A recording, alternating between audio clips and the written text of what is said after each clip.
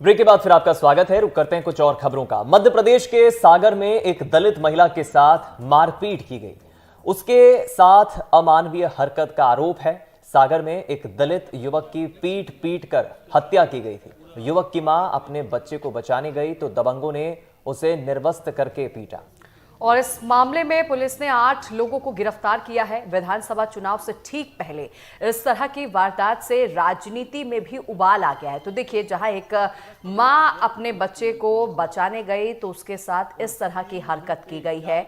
ये तस्वीरें भी आप देखिए। आपको जानकारी दे दें कि अब फिलहाल इस पूरे मामले के संज्ञान में आने के बाद सीएम शिवराज सिंह चौहान भी काफी नाराज नजर आ रहे हैं। सागर से ये पूरा मामला है। सागर के एक दलित युवक की पीट पीट कर मौत के घाट उतार दिया गया है। युवक की मां जब अपने बच्चे को बचाने आई तो दबंगों ने उस मां को निर्वस्त्र करके भी पीटा है। हालांकि पुलिस ने 8 लोगों को गिरफ्तार किया है। इस मामले में पुलिस आगे की जांच कर रही है, इन्वेस्टिगेशन कर रही है। और जाहिर है, मध्य प्रदेश में बीते 2-3 महीनों में जिस तरह से इस तरह की वारदातें बढ़ी हैं, मारपीट की वारदातें बढ़ी हैं, ये कई सवाल खड़े करती है। इस खबर पर और ज्यादा जानकारी लेंगे हम। हमारे संवाददाता रचित दुबे इस वक्त सागर से लाइव जुड़ गए। रचित, बीते 3-4 महीनों में मध्य प्रदेश में अलग अलग इलाकों में, खासतौर पर वो इलाके जो दलित इलाके हैं, दलित क्षेत्र हैं, जनजातीय क्षेत्र हैं, वहां पर इस तरह की वारदातें होना, लॉ एंड ऑर्डर की स्थिति को लेकर कई सवाल खड़े होते हैं। पुलिस ने क्या एक्शन लिया है अब तक इस मामले में?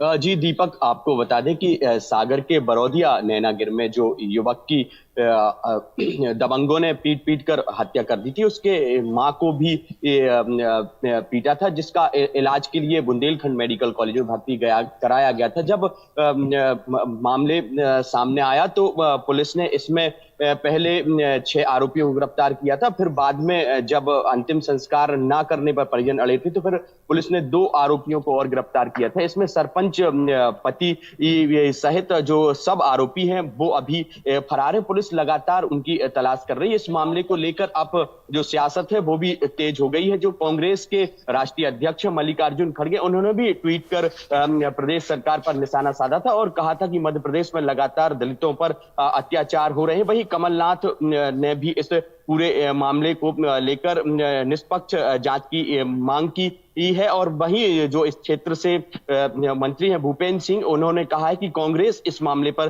राजनीति कर रही है। लगातार है जो पुलिस अपना काम कर रही है, जांच की जा रही है। आरोपी जो इसमें बचे उनको जल्द से जल्द गिरफ्तार कर लिया जाए।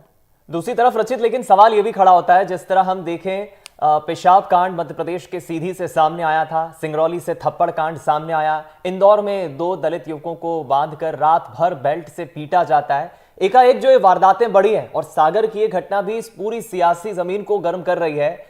पक्ष विपक्ष का अपना इस पर तर्क हो सकता है, लेकिन सवाल यही है कि आखिर दलितों के साथ जो कुछ अन्याय हो रहा है, आदिवासियों के साथ जो अन्याय हो रहा है, ऐसे में जनप्रतिनिधियों की भी जिम्मेदारी होती है, समाज की भी जिम्मेदारी होती है। पुलिस का अब इस मामले में और परिजन का जो पीड़ित है उनका क्या कहना है?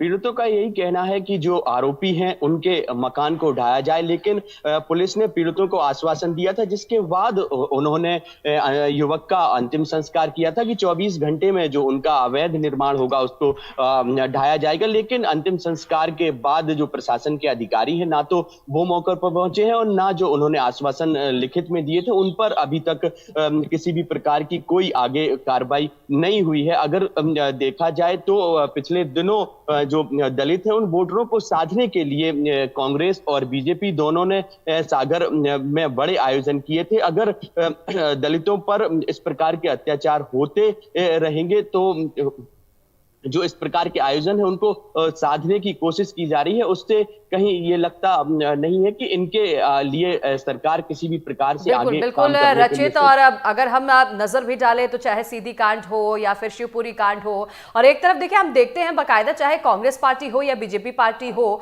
आदिवासियों को साधने की पूरी कोशिश की जाती है। और वहीं कांग्रेस की तरफ से आदिवासी स्वाभिमान यात्रा भी निकाली जा रही है। अब हमने पिछले महीने की अखबार अभी हमने बात किया, उसमें हमने देखा सीधी कांड हुआ तो जो आरोपी था उसका घर है वो ढहा गया। आप अभी जानकारी दे रहे हैं कि लिखित जो शिकायत दर्ज की गई थी उस पर भी कार्रवाई नहीं हुई। फिलहाल अभी अधिकारियों की तरफ से कोई स्टेटमेंट सामने आया है क्या? क्योंकि ये प्रथा तो पुरानी है कि किसी आदिवासी पर अगर अत्याचार हुआ तो उसके जो आरोपी है उसके मकान को ढहा दिया जाता है, लेकिन ये सिलसिला रुकता हुआ भी नजर नहीं आ रहा है। अगर देखा जाए सुमन, तो जो परिजन थे वो इसी बात पर अड़े थे कि उनका मकान ढाया जाए, और 48 घंटे तक उन्होंने मृतक युवक का अंतिम संस्कार नहीं किया था। जब प्रशासन के अधिकारियों ने उन्होंने लिखित में आश्वासन दिया, उसके बाद उन्होंने अंतिम संस्कार किया था। लेकिन इस पूरे मामले में अभी तक, चाहे वो सागर कलेक्टर हो या सागर एसपी हो, वो चुप्पी साधे हुए, उनका कोई बयान सामने नहीं आया है। सिर्फ आरोपी है जो बिल्कुल 8 बिल्कुल आरोपियों को रचित, तो अब हिरासत में ले देखना लिया होगा गया। जो जिम्मेदार अधिकारी हैं वो कब सामने आते हैं, कब बोलते हैं, कब बड़े एक्शन लेते हैं, क्योंकि आदिवासियों की हितैषी दोनों पार्टियां बनती हैं, लेकिन अत्याचार जो है वो लगातार हो रहे हैं। फिलहाल रचित, बहुत शुक्रिया करूंगी आपका जानकारी देने के लिए।